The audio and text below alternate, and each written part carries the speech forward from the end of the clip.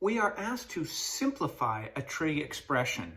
So this is sort of a very close cousin to the trig proofs that we started in our last chapter. Make this more simple. Well, one way I can see to make this more simple is to write everything in terms of sign. So as an aside, here are some notes I'm going to write to myself. I know that sine and cosine are related through the Pythagorean theorem, which says sine squared x plus cosine squared x equals 1, which implies that cosine squared x is equal to 1 minus sine squared x. Notice I'm using x as the angle because this problem did as well.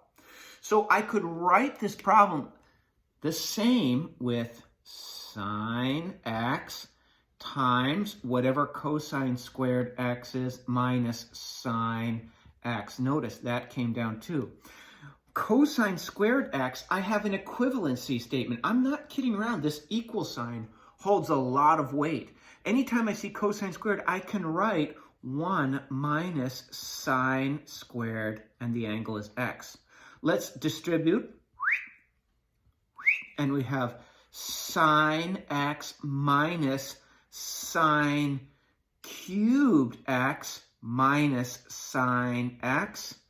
If they've been good little sine x's, they go off to number heaven, a plus and a minus, to leave us with negative sine cubed x. And I know that might be a little bit unsatisfying, but we've taken two terms and we've written it as one term. It is simplified. When I go to my calculator and I graph f1 of x or y1, depending on your calculator, if you're using a Inspire calculator from Texas Instruments, it says f1 of x, sine x, cosine squared x, minus sine x. Our original equation here, or original, it wasn't an equation, it was a statement. And if you use the tab button and add another graph and add negative sine cubed x, you will see, I set my angle to radians, by the way, and I went from a y min of -2 to a y max of 2 and an x min of -pi to an x max of pi. I get this shape. They graph right over each other. You can graph them on the same window and see, oh boy, yeah, they are actually equal to each other. So that's another way to confirm that these two expressions are equal to each other. And that will come into play when we do our proofs as well.